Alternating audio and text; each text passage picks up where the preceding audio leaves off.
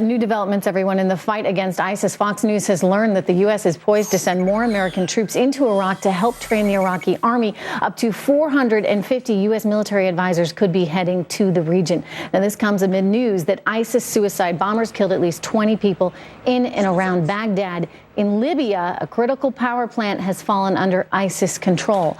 And though the president told the world this week that we still don't have a, quote, complete strategy when it comes to dealing with ISIS, it's clear the ISIS threat is growing every single day. And let's not forget here, ISIS has a strategy.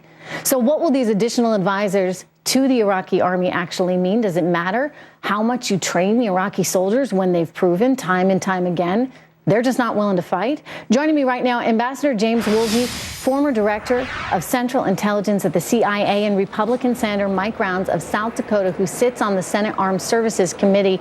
Good to have both of you here. Ambassador, starting with you, when we talk about advisors going in, what exactly does that mean? What are they going to be doing there? Well, it's useful to have the added advisors, and hopefully they will start going out with operational units at the battalion level and lower, and not just stay up at headquarters the way they have been asked to do so far. But this is of really modest importance. The key thing is being able to use air power, and we have used it very, very sparsely and in a very, very limited fashion compared to ways we've used it in the past. Well, I mean, that's a big deal. What you're talking about is something that Senator McCain has highlighted over and over again. Senator Rounds, listen to what your colleague had to say. He is very concerned about the ability to actually use air fire, or I should say our inability to do so. We need actually thousands of additional troops, especially American forward air controllers, so that we can have an effective air campaign. Combat aircraft return to base, 75% of them without ever dropping a weapon. That's because they haven't got anybody on the ground to identify the targets for them. Senator, 400 military personnel going there into Iraq. Will that make the difference? Will that give us the intelligence that we need to be more effective in terms of airstrikes? Unfortunately, the answer is no. From what we understand, these individuals will be at the battalion level or above. And that means they're not going to be out. They're not going to be intermixing and providing support or education at the local level. They'll be at the battalion level or above, from our understanding. Once again, it's a little bit too late. It's not enough, and it does not take care of the issues that Senator McCain has identified, which is that we need individuals who are good at providing that close-in air support so that the aircraft that we are sending out are actually able to hit their targets. You can't continue to send aircraft out and have them bring back their bombs 75% of the time.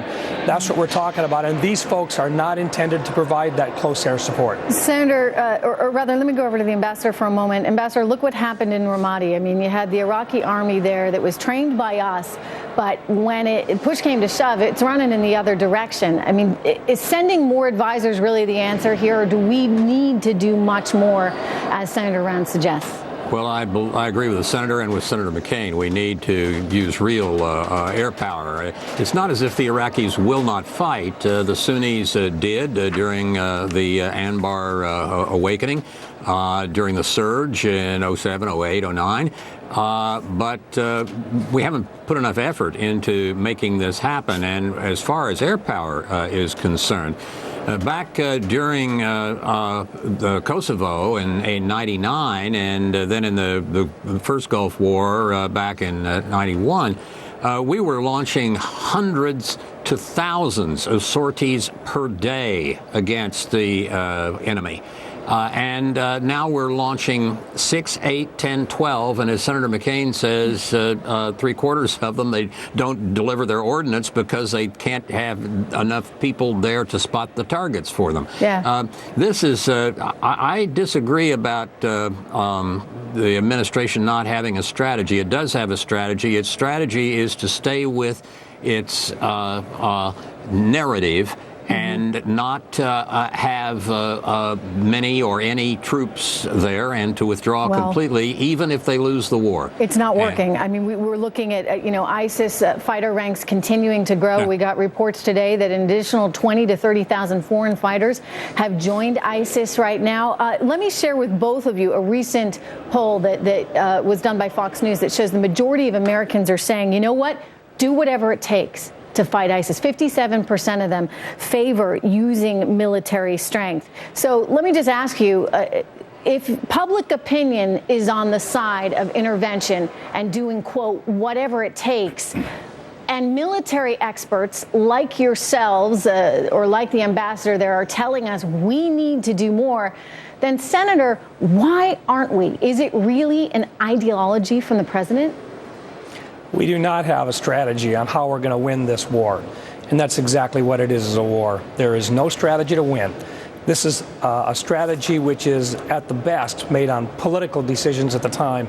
And it's about time we start taking a leadership role in the world again, and not based upon what the most recent polls are talking about. There is no strategy to take care of the problems that are developing in the Middle East. I mean, I am making the point, Senator, that the polls are now on the president's side. So, Ambassador, you would think that he would use that momentum to maybe take the opportunity to strengthen our position over there. Well, maybe, but polls can turn around, and polls are not the right criterion. It's good when they're with you. It's a little bit of a problem when they're not.